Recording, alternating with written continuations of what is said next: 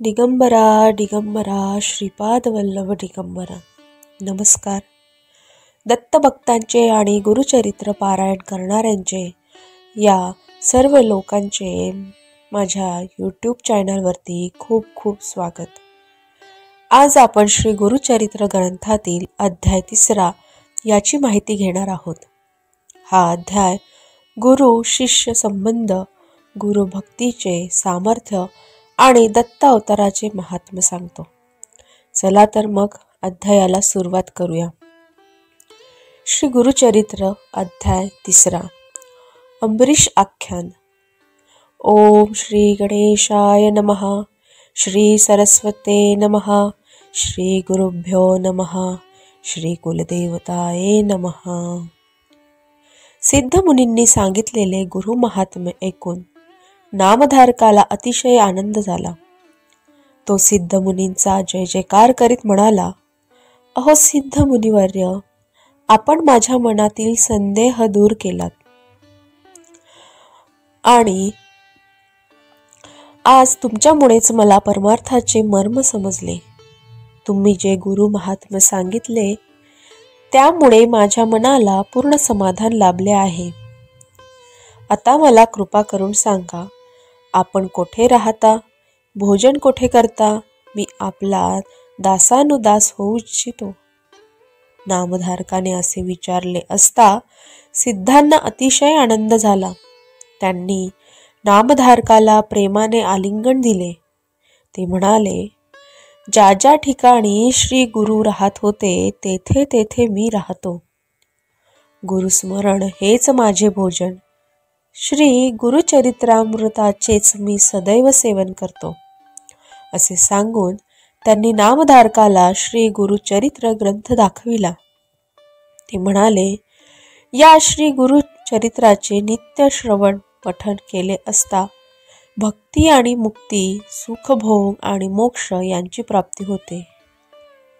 मनातील सर्व इच्छा पूर्ण होतात.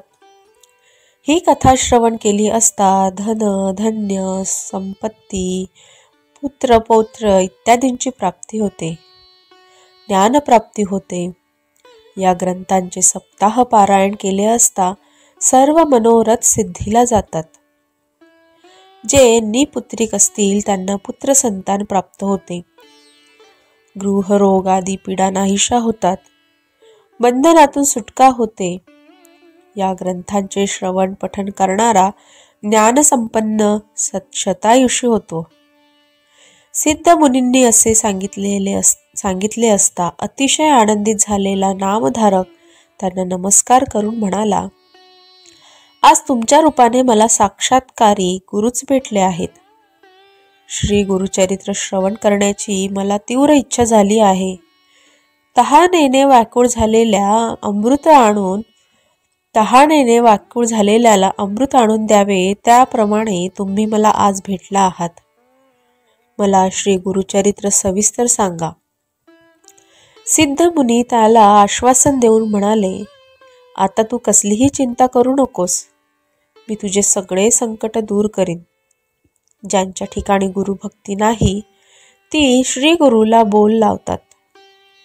श्री गुरु काय देणार असा विचार करतात. त्यामुळे त्यांना अनेक दुःखे भोगावी लागतात. म्हणून तू सुद्धा संशयवृत्ती सोडून दे. श्री गुरूंवर दृढ श्रद्धा ठेव. श्री गुरु कृपेचा सागर आहेत. त्यांच्या देण्याला मर्यादाच नाही. ते तुझी उपेक्षा कधीही करणार नाहीत. श्री गुरु मेघदूतासारखे उदार आहेत. मेघ जलवृष्टी करतो, पण ते पाणी उथळ जागी साचत नाही. ते सखोल जागीच साचते. दृढ भक्ती ही सखोल जागेप्रमाणेच असते. प्रसन्न झालेल्या श्री गुरूंनी मस्तकी वरद हस्त ठेवताच प्रपंच हा परमार्थ होतो. कल्पवृक्ष किंवा कामधेनू कल्पिले तेवढेच देते, पण श्री गुरु कल्पनेच्या पलीकडेही देतात. म्हणून निसंदेह होऊन एकाग्र चित्ताने परमश्रद्धेने गुरुभक्ती कर. नामधारक म्हणाला, हे योगेश्वरा, आपण कामधेनू आहात, कृपासागर आहात. माझे मन आता स्वच्छ झाले आहे. आता श्री गुरुचरित्र ऐकण्याची मला ओढ लागली आहे. त्रैमूर्ती श्री गुरु मनुष्य योनीत अवतीर्ण झाले असे मी ऐकले आहे. ते कशासाठी अवतीर्ण झाले व ते मला सविस्तर सांगावे. नामधारकाचे हे बोलणे ऐकून सिद्ध मुनींना अतिशय आनंद झाला. ते म्हणाले, वत्सा, आजपर्यंत तू जी काही गुरुसेवा केलीस ती आज फळास आली. मी पृथ्वीवर सर्वत्र संचार केला, परंतु श्री गुरुचरित्राविषयी कोणीही मला काही म्हणाले नाही. आम्हाला गुरुचरित्र सांगा असे कोणीही म्हटले नाही. तूच पहिला मला भेटलास. तूच खरा भाग्यवान आहेस. ज्याला इह पर कल्याणाची इच्छा आहे त्यालाच ही चरित्रकथा गोड लागेल. तू श्री गुरूंचा भक्त आहेस म्हणून तुला ही सद्बुद्धी आली.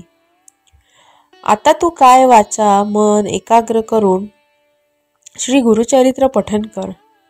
त्यामुळे तुला 4 पुरुषार्थ प्राप्त होतील. या चरित्र श्रवणाने धनधान्यादी संपत्ती, पुत्र पौत्र, दीर्घायुष्य इत्यादी प्राप्त होते. कलियुगात ब्रह्मा विष्णू महेश मनुष्य रूपाने पृथ्वीवर अवतीर्ण झाले. तेच श्री गुरु दत्तात्रेय होय. भूभार हलका करून भक्तांचा उद्धार करण्यासाठीच ते सर्वत्र संचार करीत असतात. आता पुढे ऐक. प्रथम आदिवस्तू एकच ब्रह्म असून प्रपंचात 3 गुणांना म्हणजे सत्व रज तम अनुसरून 3 मूर्ती झाल्या.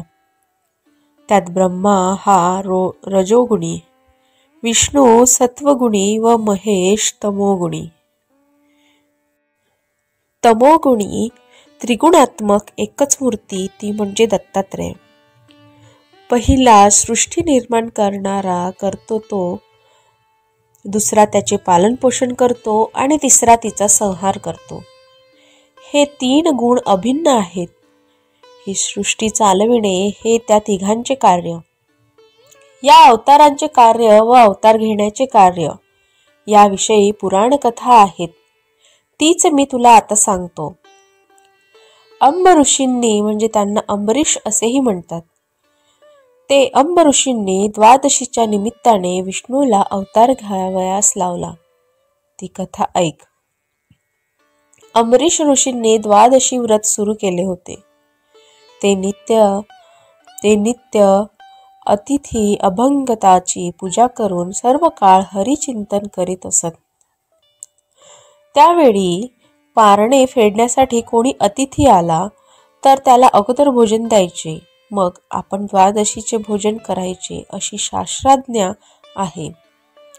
अंबरीशांच्या व्रताची कीर्ती सर्वांना माहीत होती. त्यांचा व्रतभंग करावयाचा असा हेतू मनात धरून शीघ्रकोपी दुर्वास ऋषी अतिथी म्हणून मुद्दाम अंबरीशाकडे गेले. त्या दिवशी द्वादशी अगदी घटकाभरच होती. पारणे करण्याचे तर तेवढ्या वेळेतच अन्नग्रहण करावयास हवे. पण त्याच वेळी दुर्वास अतिथी म्हणून आले. दुर्वासांना पाहताच अंबरीशांना मोठी भीती वाटली. वेळ तर थोडाच होता. आता आपला व्रतभंग होणार या विचाराने ते अगदी अस्वस्थ झाले. तशाही परिस्थितीत अंबरीशांनी दुर्वासाचे स्वागत करून त्यांची पूजा केली. भोजनापूर्वी दुर्वास स्नानासंध्यादी करण्यासाठी नदीवर गेले. सत्वर परत या असे अंबरीशांनी त्यांना सांगितले. इकडे द्वादशी तिथी संपण्याची वेळ झाली तरीही दुर्वासांचा पत्ताच नव्हता. शेवटी व्रतभंग होऊ नये म्हणून अंबरीशांनी केवळ 1 आचमन करून पारणे केले. अतिथीच्या जागेवर भोजनाचे पान वाढून ठेवले. थोड्याच वेळाने दुर्वास आले. त्यांना सगळा प्रकार समजला. अंबरीशांकडे रागाने पाहून म्हणाले, अरे दुरात्म्या, अतिथीने भोजन करण्याआधीच तू भोजन केलेस. थांब, मी तुला शाप देतो. हे शब्द ऐकताच अंबरीश घाबरले. त्यांनी अत्यंत कळवळून भगवान विष्णूंचा धावा केला.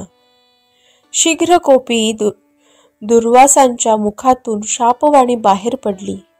अरे दुरात्मा, माझ्या आधी तू भोजन केलंस माझा तू अक्षम अपराध केला.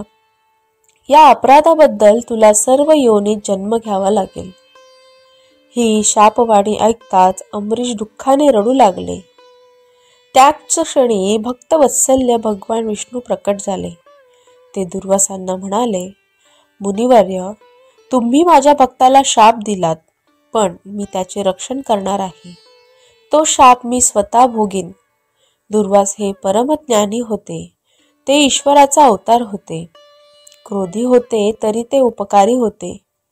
त्यांनी विचार केला, या भूलोकी युगानुयुगे तपश्चर्या केली तरी सुद्धा श्री हरिचरणांचे दर्शन होत नाही. आता या शापाच्या निमित्ताने तो भक्तजनांचे रक्षण करण्यासाठी लक्ष्मीसह अवतार घेईल.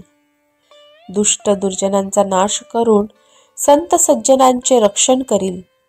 मग ते भगवान विष्णूंना म्हणाले, हे श्रीहरी, तू पूर्ण ब्रह्म विश्वात्मा आहेस. तू परोपकारासाठी शाप भोगताना विविध स्थानी, विविध वेळी, विविध योनीत असे 10 अवतार घे. भगवान विष्णूंनी ते मान्य केले.